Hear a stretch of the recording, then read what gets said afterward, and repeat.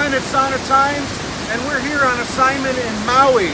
Thanks to Sylvia, big shout out. What we're doing is we're scouting locations for mobile sauna deployment. And you can see we have a multiple waterfall location here. We can bring the mobile sauna, but what's really nice is if we have to stay on the road, I'd like you to swing around, because this is really what we're going to actualize. It's right here. This is what the kind of treatment you want when you're between sauna rounds. It's about the negative ions through the wood-burning sauna as well as the waterfall. If you look up here, you see that? Look up. See that waterfall? And then down in here, and this is where you go underneath the waterfall. So this is what you get with mobile sauna. You can deploy it in nature and take advantage of accumulation of negative ions. Exponential.